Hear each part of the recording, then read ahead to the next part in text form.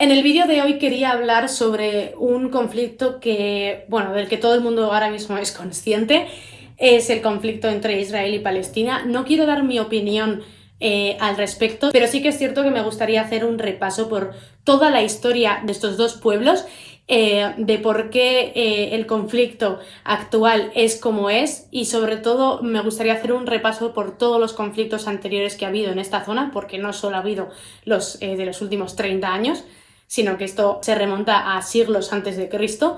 Así que me parecía súper interesante poder hacer un vídeo hablando sobre esto y arrojando un poco de historia a todo este tema. Empezamos. Vale, para empezar nos vamos a poner un poco en situación. Israel, población judía; Palestina, población musulmana suní. Los de Israel dicen que la tierra donde está Palestina es suya, los de Palestina dicen que donde está Israel es suyo. ¿Por qué? Los palestinos dicen que descienden de los filisteos y los israelitas dicen que descienden de los hebreos. Pero para decir todo esto tiene que haber un porqué y una raíz de toda la historia. Entonces nos vamos a remontar un montón de siglos atrás, casi 19 o 20 siglos antes de Cristo. ¿Quiénes son los filisteos y quiénes son los hebreos? Vale, se dice que los antepasados de los palestinos son los filisteos.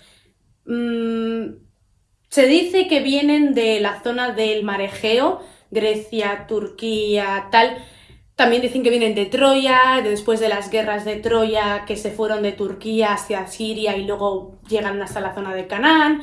Dicen también que eran los pueblos del mar porque venían en barco. Bueno, hay muchas historias sobre el origen de este pueblo. El tema es que esta gente se asentó en la zona de Canaán, concretamente en la costa de Canaán. Y este territorio era súper importante en aquella época por tres razones. La primera, porque era la puerta directa, una de las puertas directas a Europa. La segunda, porque por ella pasaban varias de las rutas comerciales más importantes de aquella época, y porque estaba entre dos grandes imperios, el imperio egipcio y el imperio de Babilonia. Es por ello porque esas tierras siempre se las estaban discutiendo entre unos y otros. Los filisteos resulta que llegaron a la zona de la costa, lo que sería entre Tel Aviv y Gaza ahora mismo, a esa zona. Por cierto, el nombre de filisteos se lo puso Ramsés III a estos pueblos que llegaron a las costas de Egipto e empezaron a invadir Egipto, bueno, intentar invadir Egipto. Se llaman los pueblos del mar, y entre esos 5 pueblos del mar estaban los filisteos. Y luego en la Biblia a estos filisteos se les denomina como pilistines, y luego de ahí aparece la palabra palestino. Vale, por su parte el pueblo hebreo, que seguramente os suena más por el tema del príncipe de Egipto y todo esto, descienden de Abraham. Abraham era un señor que era el patriarca de su pueblo, y resulta que un día Dios le dice: oye, majo, mira, que te voy a dar unas tierras que van a ser tus tierras prometidas, y que resulta que también están en Canaán, ¿vale? En esta zona. ¿Por qué? Pues porque sí, luego veremos por qué. Este señor tiene un hijo, Isaac, que a la vez tiene otros hijos, entre ellos está Jacob, el cual tiene 12 hijos, los cuales son los 12 patriarcas de sus respectivas tribus. De ahí nace el origen de las tribus hebreas. Uno de estos hijos viaja hasta Egipto, y resulta que este señor tenía poderes y podía adivinar lo que iba a pasar en el futuro a través de sus sueños, ¿vale? Este es el que le dice a Faraón de Egipto, le dice que ve 7 vacas flacas y luego gordas, porque van a venir 7 años venideros muy buenos y luego 7 años una mierda, ¿no? Vale, pues resulta que toda esta historia, el pueblo de Egipto esclaviza de una forma brutal a los hebreos. ¿Os acordáis de la película del príncipe de Egipto? ¿Os acordáis de Moisés? Moisés es un señor al que le dice Dios, porque Dios dice muchas cosas por esa época, que tiene que salvar a su pueblo, y su pueblo es el pueblo hebreo, que él no es egipcio, que él es hebreo, y que por favor les saque de allí y demás. Bueno, pues resulta que Moisés le hace caso, coge y saca al pueblo hebreo de la ciudad de Egipto y los lleva a, adivinad a dónde. Efectivamente, a la tierra prometida. ¿Y la tierra prometida cuál era? Pues Canaán. Pues resulta, ¿y quién está en Canaán? Los filisteos. Ya empezamos con movidas. Vale. En ese camino en el que Moisés lleva al pueblo hebreo hacia la tierra prometida, pasan por el monte Sinaí. El monte Sinaí es pues un monte que está en la península del Sinaí, entre Egipto y lo que ahora mismo viene siendo Israel, que está ahí en medio. ¿Y qué pasa y por qué es tan importante este monte? Pues que resulta que en el monte Sinaí Moisés pues decide subir ese monte y baja con las 2 tablas de los 10 mandamientos, las cuales luego meten en el Arca de la Alianza. Esto suena, ¿verdad? Vale. Yo os cuento todo esto porque esto luego tiene un sentido. De verdad, os prometo que esto tiene un sentido. Vale, nos vamos a dirigir ahora a la roca del monte Sión. Otro monte. al lado. Esto, ojo, cuidado, esto es muy importante porque es aquí donde empieza todo el pifostio. Vale, hay unos textos que se llaman los textos de execración que datan del siglo XIX a.C., que dicen que donde estaba el monte Sión había una ciudad que se llama Rosalem o Roslamem, no sé cómo se pronuncia, que estaba ahí. Hay otros textos, que igualmente se llaman en arcilla, que se llaman las cartas de Amarna, que dicen que en ese mismo sitio había una ciudad que se llama Urusalem, que significa ciudad de paz. Y hay otros textos que dicen que en esa ciudad estaba Salem, solamente Salem. Y allí pues estaba un rey que se llamaba el rey Melquisedec, que se supone que era como el propietario de esa zona. En el siglo XIII esta zona pasó a pertenecer a los jebuseos, que le pusieron Jebús a la ciudad esta donde estaba el monte Sión este del que se estaba hablando. Vale, ojo, cuidado con este monte Sión que os he dicho porque es importante en toda la historia y toda la trama y el contexto. Resulta que, ¿os acordáis de Moisés? Estábamos hablando antes de Moisés. Vale, pues Moisés, después de años y años vagando por el desierto, las siguientes generaciones, o sea, estamos hablando de un montón de años que les da tiempo a tener hijos y demás. Vale, pues resulta que los hebreos deciden, oye, vamos a ir a conquistar Canaán, que es nuestra tierra prometida, y estamos hasta el titi de estar por aquí vagando por el desierto. Y dicen, pues venga, pues vamos allí. Y entonces cogen y se acercan a Canaán y dicen, oye, ¿qué os parece si nos quedamos con este trocito de tierra que parece que no hay nadie, ¿no? Así que nada, conquistan Canaán y pues allí se quedan. Y resulta que el rey David dice, pues mira, vamos a conquistar también a los filisteos que están aquí en esta costita y así pues todo lo que viene siendo Canaán, pues para nosotros, ¿no? Así que durante el reinado del rey David aumenta el territorio de lo que ya en su momento se conocía como el reino de Israel, y durante el reinado de Salomón pues también aumenta todavía más el territorio, así que vienen los hebreos y se quedan con un poco toda esta zona que era la antigua Canaán. Vale, en esa época, donde estaba el monte Sión este que hemos dicho, que era tan importante, se construye el primer templo, se le conoce como el templo del rey Salomón, y aquí es donde se guarda el Arca de la Alianza. El Arca de la Alianza era este cajón que tenía las tablas de los 10 mandamientos de Moisés. Años más tarde llegan los babilonios a Jerusalén, a lo que ya es Jerusalén, ¿vale? O sea, ya le vamos a llamar Jerusalén. ¿Os acordáis que era Rosalem, luego Urusalem, luego Salem, luego Jebú? Vale, pues ahora es Jerusalén, ya está. Pues años después llegan los babilonios, los que estaban aquí arriba, que tal, pues llegan a Jerusalén y dicen, oye, que esto es nuestro. Echan a todo el pueblo hebreo, otra vez porque pues estaban allí, pues hay que echarles, y se quedan con lo que viene siendo la zona. Todo ok. Pero es que cállate, que después de los babilonios llegan los persas, y los persas lo que hacen es quitar a los de Babilonia, ponerse ellos y devolverle esa zona a los que estaban antes allí, al pueblo hebreo. En la batalla esta de Babilonia, donde el pueblo de Babilonia quita a los israelíes, tal, se destruye el templo este que habían construido al rey Salomón. Y cuando vuelven otra vez los hebreos, porque los persas les dejan volver, pues construyen el segundo templo, que ahora ya solo se va a llamar segundo templo. Vale, ojo, cuidado, esto es importante. Después de los persas llegan los griegos. Después de los griegos, los romanos. A esta misma zona. Que la zona esta parece un Corte Inglés a las 5 de la tarde. O sea, está petado. Vale, en el año 0, ya nos hemos adelantado muchísimo, hemos pasado 13 siglos así de golpe. En el año 0 nace Jesucristo. Y en el año 66, los israelitas que están hasta aquí de que les invadan y les dejen de invadir, deciden levantarse contra el Imperio Romano.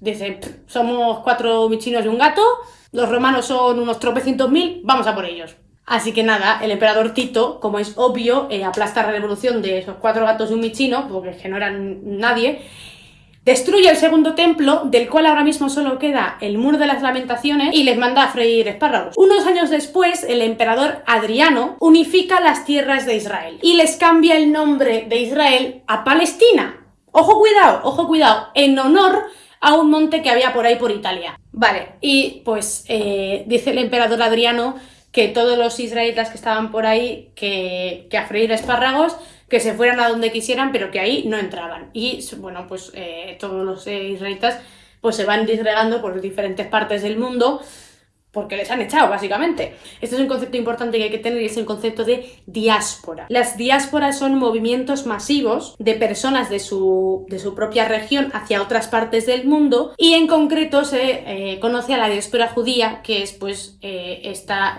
expulsión de los judíos de su tierra prometida hacia otras partes del mundo. El emperador Constantino, que decidió hacerse cristiano por algún extraño motivo, mandó construir la iglesia del Santo Sepulcro en esta misma ciudad, en Jerusalén, iglesia que hoy en día es súper importante para los cristianos. Y pues bueno, después de la caída del Imperio Romano, pues todo el mundo quería Jerusalén. Aquí tenemos que hacer un parón antes de seguir con la historia. ¿Os acordáis de Abraham? El señor este que era el patriarca de su familia, tal. Vale, este señor tenía un hijo que se llamaba Isaac. Hemos dicho que era el elegido. Vamos a ver por qué era el elegido. Resulta que además de que Dios le dijo que le iba a dar la tierra prometida de Canaán, le dijo además que tenía que sacrificar a su propio hijo, a este señor que se llamaba Isaac. Pero cuando estuvo a punto de hacerlo, llegó un ángel y le dijo que no lo hiciera porque resulta que ese hijo era el elegido. Este señor iba a matar a su hijo en esta roca del monte Sión, donde ahora mismo se encuentra Jerusalén. Entonces, pues por eso es por lo que Jerusalén es tan sumamente importante para todas las religiones, porque resulta que Abraham iba a sacrificar a su hijo Isaac en este monte. Pero es que esto es lo que dice el Antiguo Testamento. Pero es que en el Corán se dice que este hijo era Ismael, que era el padre del pueblo árabe y que él era el elegido por el Señor. Entonces, pues bueno, pues los árabes dicen que era Ismael, los judíos dicen que era Isaac, a los dos se supone que les iban a matar en la roca del monte Sión. En fin, es importante saber, en 476 cae el Imperio Romano y en el 691 después de Cristo los musulmanes, basados en esta historia de que Ismael era el prometido, el que iba a morir en la piedra esta del monte Sión, deciden construir el Domo de la Roca, sitio súper importante para los musulmanes, el tercer sitio más sagrado para ellos después de la Meca y Medina. Ojo, cuidado con esto. ¿Y dónde está el Domo de la Roca? Está a escasos metros del Muro de las Lamentaciones, los restos de lo que fue el segundo templo del pueblo hebreo. Ahora que ya hemos entendido un poco todo lo que es el origen, la matriz de todo lo que ahora está sucediendo, vamos a saltar unos 1000 años después y vamos a hablar del origen del conflicto actual, ¿vale? Todo esto que hemos hablado ha sido solo el prólogo de todo lo que luego va a venir, pero todo lo que hemos contado era súper importante porque hay mucha gente que se basa en lo que pasó en esos siglos antes y después de Cristo para luego explicar lo que está sucediendo ahora. Desde 1882 hasta 1902 más o menos, surge, no es que surja como un champiñón, es que se da un acontecimiento súper importante en el mundo de las personas judías y es que se mueven masivamente hacia la zona de Palestina, a lo que era antigua Canaán, todo lo que hemos estado hablando antes. A esto se le llama la primera Aliyá, el primer movimiento de un montón de judíos a Palestina. Venían desde Rumanía, Rusia, Polonia, unos 35.000 judíos. Viajaron desde todas las partes de Europa hasta Palestina. Se acentúa en 1904 más o menos, 2 años después, con el auge del antisemitismo en Europa. Como respuesta al antisemitismo en Europa, nace un movimiento que se llama sionismo. Ojo, cuidado a este nombre porque es muy importante y va a cambiar la historia por completo. El sionismo es un movimiento político de carácter nacionalista que se basa en un pueblo, un estado. Entonces los judíos lo que dicen es que ellos merecen el derecho a autodeterminarse como pueblo y por tanto crear su propio estado.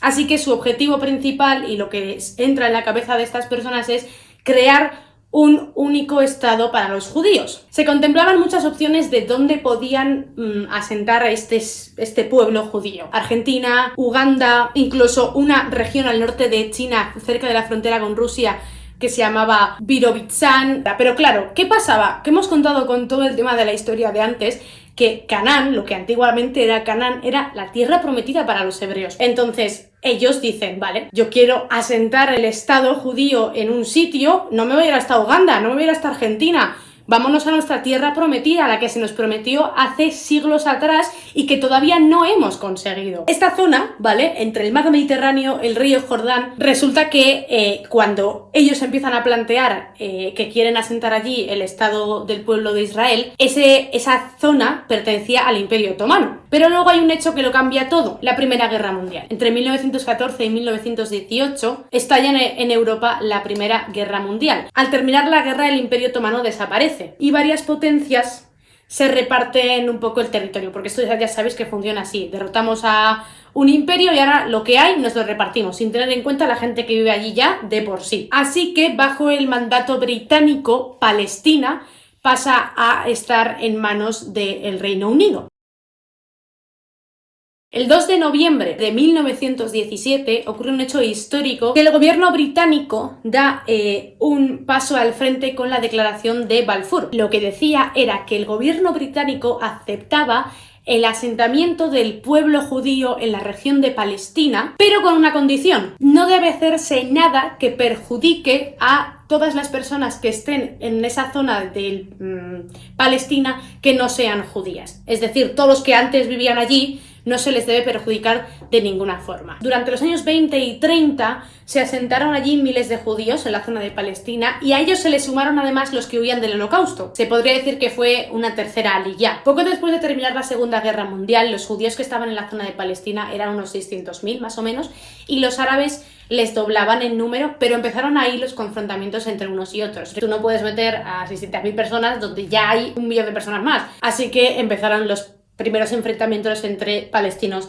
e israelíes. En 1947 la ONU, tratando de evitar un poco más conflicto, que la situación no se agravara de alguna forma, intenta hacer algo. La idea era crear en la región de Palestina 2 territorios, uno que fuera para los palestinos y otro que fuera para los israelitas, para que no tuvieran problemas.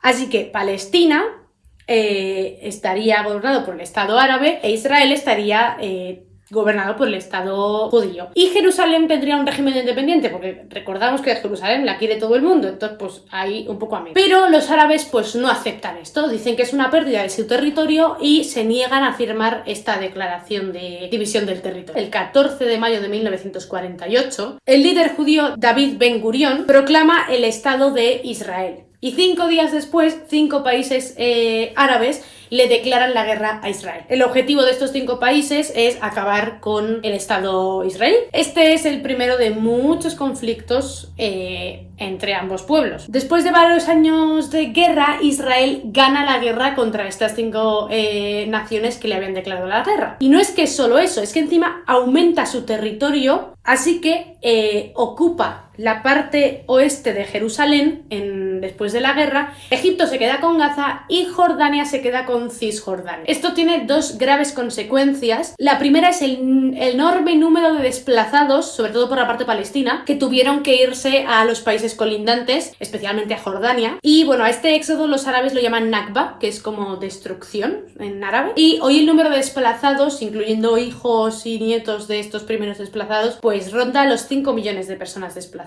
Y la segunda consecuencia fue la división en 2 zonas: Cisjordania y la Franja de Gaza. En 1956, la crisis del Canal de Suez enfrenta a Egipto e Israel, apoyado por Francia y por Reino Unido. En sí, las fronteras no sufren excesivos problemas, lo que sí que hace es añadir más tensión a la tensión que ya estaba viviendo en ese momento la zona. Y en el 67, cuando surge el tercer conflicto árabe-israelí, Israel gana la guerra de los 6 días y se queda con Cisjordania, con la Franja de Gaza y con la península del Sinaí, donde lo de Moisés, pues ahí. La última de estas luchas fue la guerra de Yom Kippur, que enfrentó a Egipto y Siria contra Israel. La guerra duró más o menos 20 días, pero las consecuencias fueron brutales y de hecho surge un acontecimiento histórico que va a cambiarlo todo, y es que Egipto es el primer país árabe en firmar la paz con Israel en los acuerdos de Camp David. Egipto recuperó la península del Sinaí y a cambio cede la parte de la Franja de Gaza. Esto significó un cambio en el estado de las relaciones que tenía Israel con el resto de países árabes,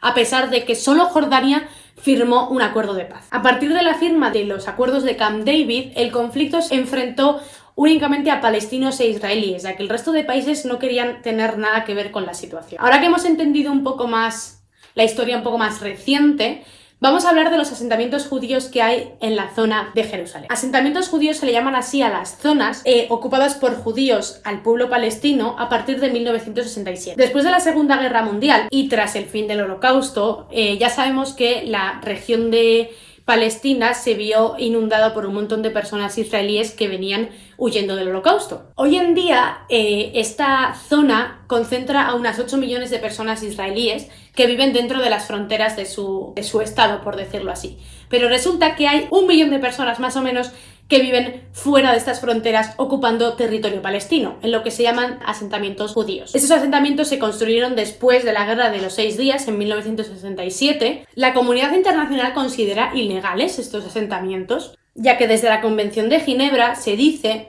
que un país tiene prohibido traspasar la frontera de otro territorio que ha ocupado militarmente, que es lo que ha pasado con estas zonas. Lo que pasa es que Israel afirma que esta ley no se puede aplicar a la zona de Cisjordania porque antes de que ellos llegaran, antes del 1967, esta zona no tenía una soberanía clara. Eso no significa que no hubiera gente viviendo allí. Así que según ellos, como que ese territorio no era de nadie y por tanto no aplica lo que la Convención de Ginebra prohíbe. Vale, la Organización para la Liberación de Palestina es otra de las piezas claves de todo este rompecabezas. Su líder era Yasser Arafat. Y la OLP es una coalición de movimientos políticos y paramilitares que tienen 3 objetivos clave. El primero es destruir el Estado de Israel, el segundo es favorecer la vuelta de todos los refugiados palestinos y el tercero es el de crear un Estado palestino. Durante años el conflicto siguió a la orden del día.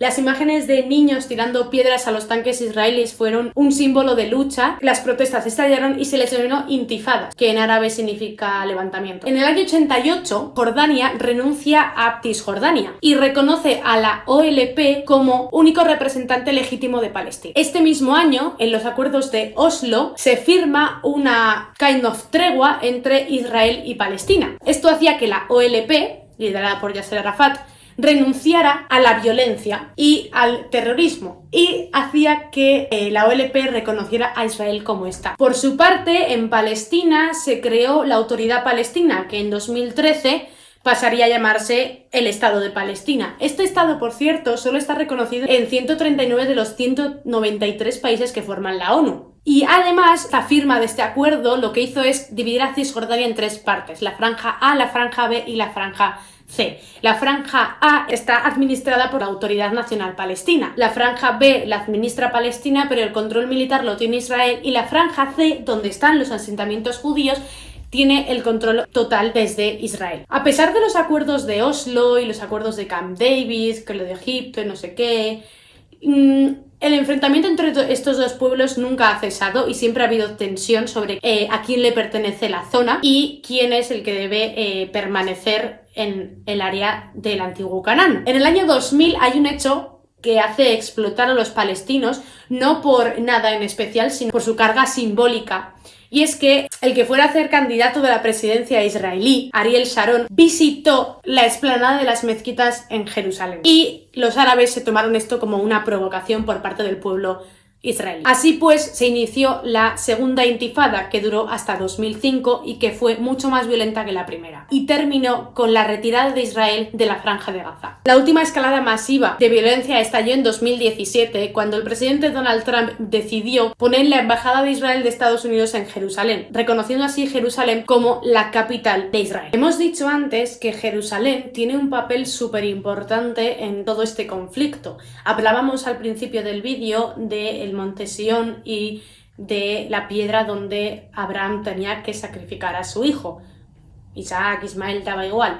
Pero es que resulta que Israel también es ciudad santa para los cristianos. Vamos a ver un mapa rápido de cómo se divide la ciudad de Jerusalén para entender por qué es tan conflictiva esta zona. En la ciudad vieja se encuentra el Santo Sepulcro, donde se supone que fue sacrificado Jesucristo. Es uno de los lugares más sagrados para el cristianismo. Cerca de allí se encuentra la mezquita de Al-Aqsa y el santuario del Domo de la Roca. Y justo debajo de esta explanada de las mezquitas se encuentran los restos del segundo templo, lo que hoy en día se conoce como el Muro de las Lamentaciones. En la actualidad, esa ciudad está totalmente bajo el control israelí, a pesar de que allí viven palestinos. Recordad que la zona oeste la conquistó Israel en 1967 y la zona este se supone que está bajo los palestinos, pero toda la ciudad está bajo el mandato de los israelitas. El plan de la ONU de generar 2 territorios separados no fue para nada concluyente. De hecho, Donald Trump y Benjamin Netanyahu, el primer ministro de Israel, intentaron acordar un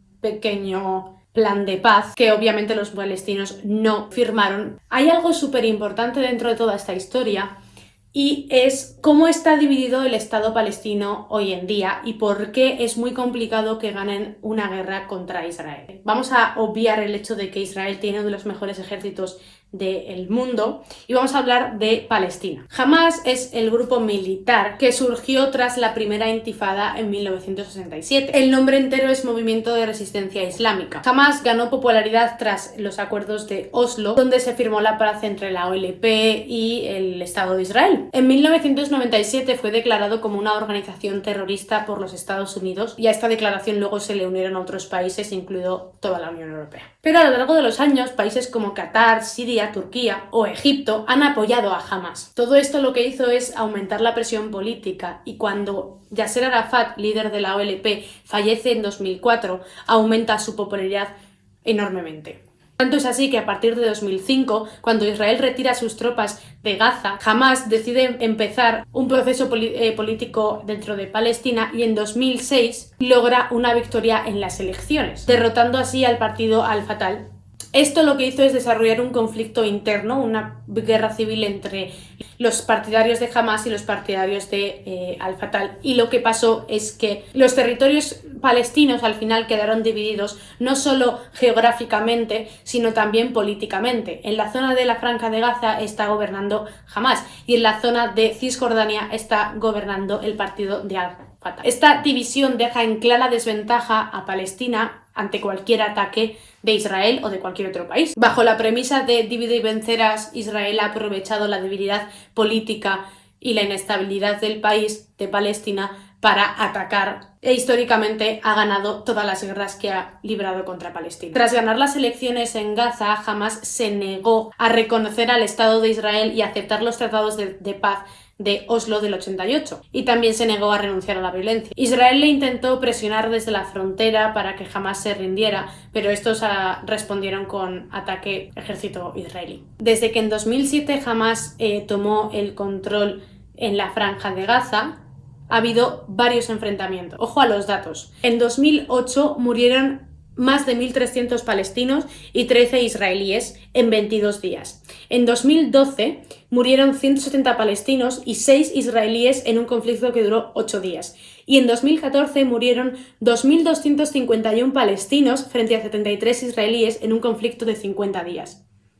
En los últimos 20 años han muerto más de 1.200 israelíes y unos 8.400 palestinos. Los datos hablan por sí solos. Hamás perdió obviamente militarmente frente a Israel cuando intentó atacarles en 2007, pero es que además la situación de la Franja de Gaza no es la mejor. No es que solo Hamás esté haciendo las cosas no del todo bien, sino que la situación económica social que se está viviendo en la Franja de Gaza es inhumana. Hay un descontento generalizado por parte de los habitantes de la Franja de Gaza, que están faltos de recursos, de agua, de electricidad, de una economía empobrecida que azota a las más o menos 2 millones de personas que viven en la Franja de Gaza. Entendiendo todo este conflicto y todo lo que ha pasado desde el siglo XIII-XIV a.C. hasta el día de hoy, vamos a hablar de lo que ha pasado en estas últimas semanas en la zona de Israel y Palestina. Ha habido 4 causas principales que han desatado los enfrentamientos actuales entre israelíes y palestinos. El primero fue un vídeo viral de TikTok de 2 jóvenes palestinos que le daban una paliza en un tren en Jerusalén a un ultraortodoxo. Este vídeo se hizo viral y los israelíes respondieron con una manifestación en la que gritaban "Árabes fuera, muerte a los árabes", y esta manifestación fue liderada por Lejaba, un grupo radical. La segunda causa fue el desalojo de 6 familias palestinas en Sheikh Jarrah, donde un grupo de colonos, recordad que a los colonos se les llama a los judíos que están asentados en zonas palestinas, habían reclamado algunas tierras al tribunal israelí. Hay que hacer hincapié en 2 leyes que tienen los israelitas que son importantes para que este acontecimiento ocurriera. La primera es la ley de propiedad y ausentes, que permite a los israelíes apoderarse de las tierras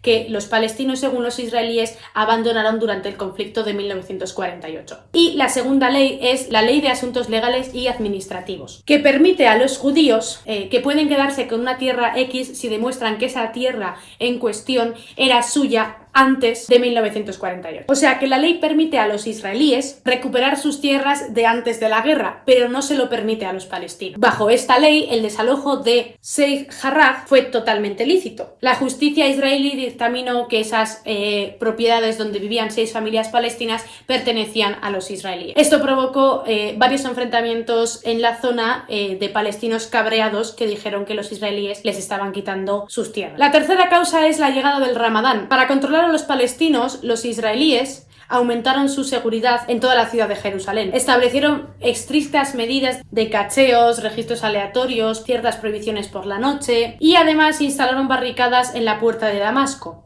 para evitar que diferentes grupos musulmanes se agruparan en sus tradicionales reuniones después del ayuno. Esto obviamente sentó fatal a los palestinos, que lo vieron como una amenaza hacia su cultura y un acto de provocación. Así que los palestinos se levantaron contra los israelitas, y es que además esto no solo fue en Jerusalén, también fue en Ramallah, la capital de Palestina, y en Haifa, al norte de Palestina. Y por último, la cuarta causa fue el Día de Israel, día en el que los israelitas celebran el Día de la Bandera, conmemorando su victoria en la Guerra de los 6 días. Y lo que hacen es cantar canciones patrióticas, alzar la bandera y pasear por los barrios árabes presumiendo de que ellos ganaron la guerra. Esto los árabes lo ven como una provocación absoluta hacia su persona y hacia su cultura y su religión. La tensión se palpaba, así que los palestinos estallaron contra los israelíes, y ese mismo día, el Día de la Bandera, terminó con 300 palestinos heridos y 20 policías israelíes también heridos. Hamás, desde la Franja de Gaza, respondió con cohetes hacia Jerusalén. Hay que tener en cuenta que los cohetes que Hamás suele tirar no tienen una precisión exacta, así que están tirando a donde pueden y como pueden esos cohetes. Por su parte, las Fuerzas Armadas israelíes han estado bombardeando sitios estratégicos de Hamás en la Franja de Gaza. Han muerto más o menos a fecha de 18 de mayo unas 200 personas palestinas y unas 10 personas israelíes. De nuevo, las cifras entre las muertes palestinas y las muertes israelíes son abismales. Y el 13 de mayo Hamás lanzó una petición de alto al fuego hacia el gobierno de Israel, el cual Israel rechazó. El primer ministro Benjamin Netanyahu le dijo al presidente Joe Biden, el actual presidente de los Estados Unidos, que no iba a aceptar el alto al fuego hasta no terminar los ataques contra esos objetivos militares. Y actualmente el resto del mundo está mirando a Israel y a Palestina. Hay países que están a favor de Palestina, hay países que están totalmente neutrales y hay países que están obviamente a favor de Israel. Los países pro-Palestina, Qatar, Marruecos, Irán, Omán. El más heavy de todos ha sido Turquía, que el presidente de Turquía dijo que el presidente John Biden se estaban manchando las manos de sangre apoyando a los israelitas, y dijo que si era necesario iba a apoyar a los palestinos en todo lo que pudiera. Por su parte, la Unión Europea, Rusia, China, que tampoco es que pinchen mucho ni corten mucho, están un poco neutrales y simplemente están gritando: por favor, parad ya y dejad de pelearos. Y por la otra parte, pues Estados Unidos obviamente está a favor de Israel, porque siempre lo ha estado. Y sorprendentemente Austria puso una bandera de Israel en su parlamento, creo que fue. Así que está claro que están a favor de Israel. El objetivo de haber hecho este vídeo, sobre todo, era que todo el mundo entendiera de dónde partía todo el conflicto entre israelíes y palestinos, que no se quedara solo en israelíes quieren la zona de Palestina, Palestina quiere la zona de Israel, sino que es un conflicto que data desde el siglo XIII a.C., que tiene muchísima connotación histórica y que hay un montón de hechos que hay que conocer para entender bien la historia. Y sobre todo para entender el presente hay que conocer el pasado. Con este vídeo también quiero deciros que cada vez que haya un conflicto de este estilo, intentéis investigar cuáles son las causas iniciales de todo esto, que no solo os dejéis guiar por las imágenes que veis en redes sociales o incluso en los medios de comunicación, porque toda la información que he buscado, que os dejaré en la cajita de información, todos los vídeos y todos los artículos que me he leído para poder hacer este vídeo, la mayoría de ellos habla muchísimo del Estado de Israel y muy poco del Estado de Palestina. Casi no hay información sobre ciertos datos de qué es lo que está pasando ahora mismo en Israel y Palestina. Está habiendo un conflicto muy grande entre estos dos pueblos, y realmente creo que es algo de lo que todo el mundo tiene que ser consciente, pero desde una perspectiva objetiva y sobre todo sabiendo qué información está leyendo y cuánta información de esa es verídica y cuánta es un bulo o lo que sea. Os recomiendo de verdad que os veáis vídeos como este y como otros muchos que circulan por la red, porque esto no es la primera vez de la que se habla. O sea, hay vídeos de hace 2-3 años que están hablando del conflicto de Israel y Palestina antes de que surgiera esto último que ha pasado. Esto es un llamamiento a todo el mundo que quiera saber sobre este tipo de cosas, que se informe, que lea muchísimo, que veáis muchísimos vídeos y que creéis vuestra propia opinión en base a toda la información que recogéis. Espero que os haya gustado muchísimo y que lo apoyéis un montón. Hasta luego, amigos.